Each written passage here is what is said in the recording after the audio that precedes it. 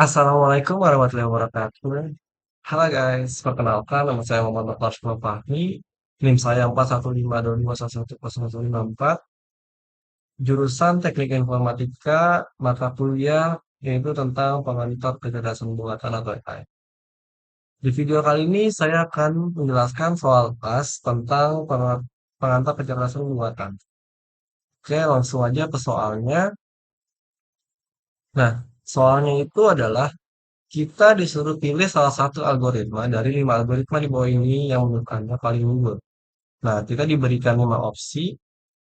Ada yang pertama yaitu the nearest neighbor method, yang kedua yaitu decision tree, yang ketiga itu adalah naive Bayes classifier, yang keempat itu clustering, dan yang kelima itu adalah support vector machine, SVM.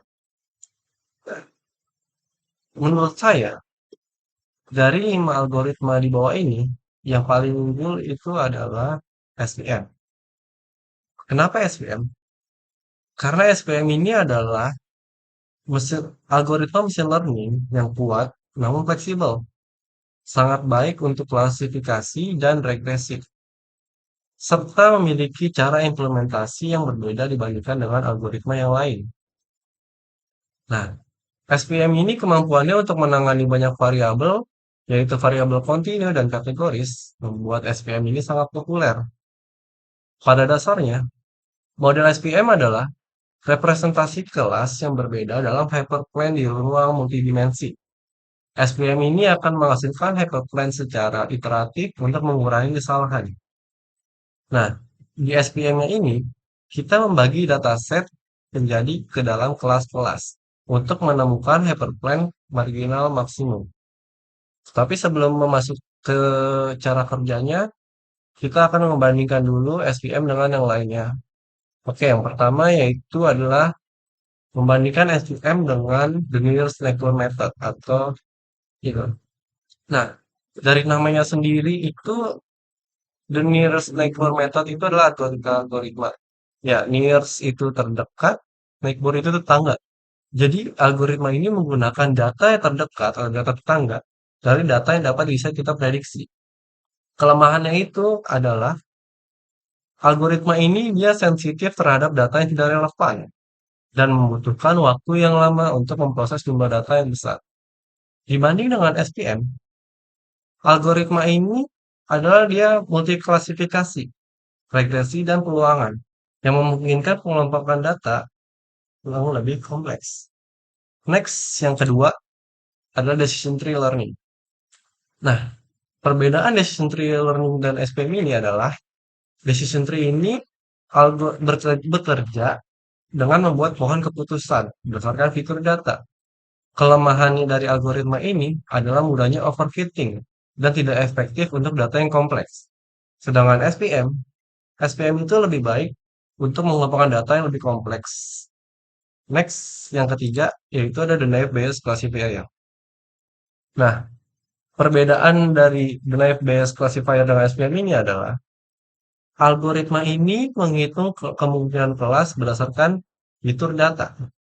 Salah satu kelemahannya algoritma ini adalah kita bisa berasumsi bahwa fitur data ini saling independen, yang membuat algoritma ini tidak efektif ketika melibatkan data yang sangat kompleks. Dibanding dengan SVM, algoritma SVM ini maksudnya merupakan multiklasifikasi yang memungkinkan melakukan data yang lebih kompleks, itu sama. Yang keempat yaitu adalah clustering. Clustering ini adalah algoritma data yang mengelompokkannya itu berdasarkan fitur yang serupa. Tidak efektif untuk data yang kompleks dan membutuhkan waktu yang lama untuk memprosesnya. Dibanding dengan SVM itu adalah dia algoritma yang mengelompokkan data itu yang lebih kompleks. Nah, kesimpulannya, SVM ini merupakan algoritma yang paling unggul karena dapat mengelompokkan data yang sangat kompleks dan dapat digunakan untuk berbagai tugas seperti multiklasifikasi, regresi, dan keluaran. Namun, sebelum menggunakan SVM, penting kita untuk mempertimbangkan keterbatasan data menggunakan algoritma yang paling sesuai dengan data yang ada, data setnya yang ada. Nah, setelah kita menjelaskan teorinya, kita lanjut masuk ke cara kerja support vector machine atau SVM. Seperti yang dijelaskan tadi, SVM ini adalah algoritma hyper yang digunakan untuk menemukan hyperplane terbaik di antara berbagai dataset. Nah, mungkin kita kasih contoh buat biar ada gambarannya. Kita next ke yang halaman selanjutnya. Nah, gambar ini adalah contohnya dataset. Gambar tersebut menunjukkan adanya kotak merah dan lingkaran biru. Untuk menemukan garis ideal yang membagi kedua kelas tersebut, SPM ini kita akan menggunakan garis hijau dan kuning adalah sebagai calon garis untuk idealnya.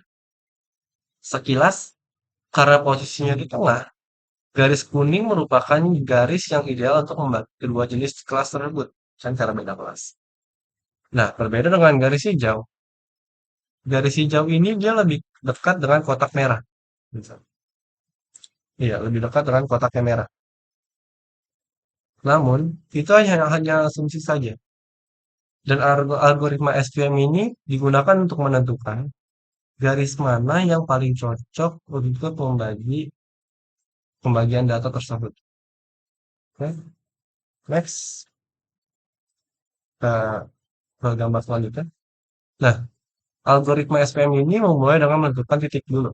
Titik yang paling dekat dengan garis kedua kelas. Di kelas yang kotak merah dan lingkaran biru. Kemudian, jarak antara garis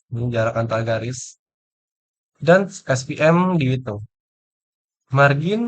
Marginnya ini kita adalah jarak yang digunakan untuk dalam algoritma ini. Tujuannya adalah untuk memaksimalkan margin yang ada untuk mendapatkan garis atau hyperlane yang optimal. Nah, kita bisa lihat dari jarak kuning ini, yang paling dekat itu adalah SPM yang ini, dan kalau yang lingkaran biru SPM yang ini. Nah, setelah dibagi, dia akan membentang garis kuning yang untuk membagi dataset tersebut. Ya, ini ada maksimalnya. Oke, next. Kita akan membahas kelebihan dan kekurangan dari algoritma SPM. Dimulai dari SPM. Dimulai dari kelebihan dari SPM. Sorry. SPM ini memiliki beberapa kelebihan. Seperti mereka cocok untuk ruang dimensi yang tinggi, lalu mereka berhasil di situasi di mana jumlah dimensi besar dari jumlah sampel. Lalu, SPM ini mereka menghemat memori karena mereka menggunakan training point dari fungsi keputusan, support vector. Yang terakhir, kelebihannya adalah mereka bekerja dengan baik ketika ada margin pemisahan kelas yang sesuai. Ini jelas. Oke. Next, kita kekurangannya. Kekurangan SPM-nya itu adalah sebagai ini. Untuk dataset yang besar, ini kan datasetnya kecil.